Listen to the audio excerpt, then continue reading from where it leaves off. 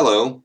Today we're going to talk about specimen registration using LabTablet QR labels. Our QR labels come on a sheet with 80 labels per page. And what I'd like you to notice on this example is in the top left-hand corner, there is a spot for the agency and potentially the group within that agency. It's important to look at this because you want to make sure you have the correct sheet before you even begin registering a patient. If you're sure that that's correct, let's take a look at one label close up. So on this label, you can see that there's a place for a name, a collection date, and DOB is date of birth, of course. This is where we're going to use an indelible pen or a marker that was provided to you by the laboratory to fill in as neatly as you can the patient's name, the collection date, and the date of birth. In this case, we have Jane Doe. We have December 2nd, 2021 as the collection date, and we have May 6th, 1978 as the date of birth. After the label is complete, you can now peel it off and you can place it the long way on the collection tube. We don't want to wrap it around the diameter of the tube because it will overlap itself and we won't be able to read the barcode on a curve or if it's covered up.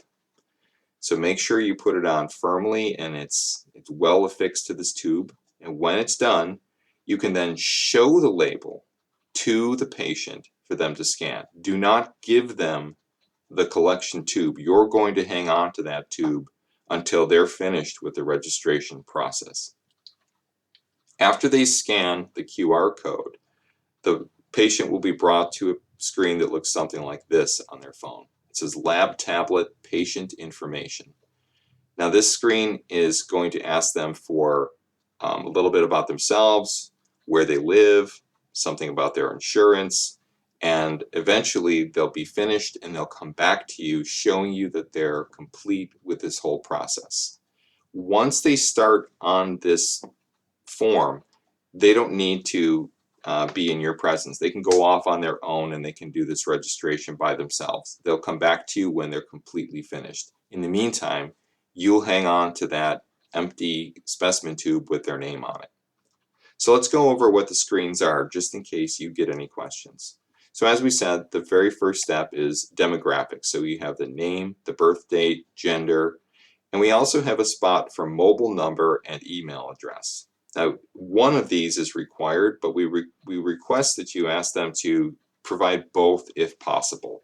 The reason is that sometimes the mobile number is incorrect, or even if it is correct, the carrier of their phone won't necessarily deliver all text messages. Having an email address as a backup is a really great idea. There's an optional section on here for a passport number as well. Some people require the passport number to be printed on their final laboratory report. This is sometimes required for traveling by airplane. It's an optional field. If they need it, they can put it in there, and if they don't need it, they can skip that. The next question has to do with residency. Now this is important to understand. This is not citizenship. This is where do you live.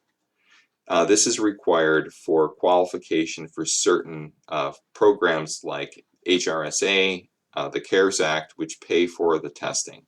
This also indicates whether or not the insurance that the person might carry is something that we can cover in the United States. So they're going to answer, in this case, for this example, yes, that they are a citizen, and that will take them to their patient address section. And here's where we're going to collect where it is that they're residing.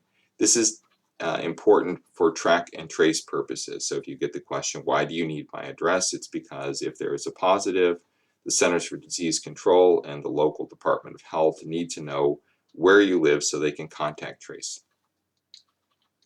The next question has to do with the symptoms that the patient might be experiencing or if they've had contact with COVID-19. This is necessary to determine medical necessity, and behind each one of these check boxes is an ICD-10 diagnosis code. So it's very important that they let us know if they're symptomatic in any way. The next section has to do with risk factors. These have to do with mitigating factors that could cause a person who is positive for COVID to require hospitalization or to have a more serious case.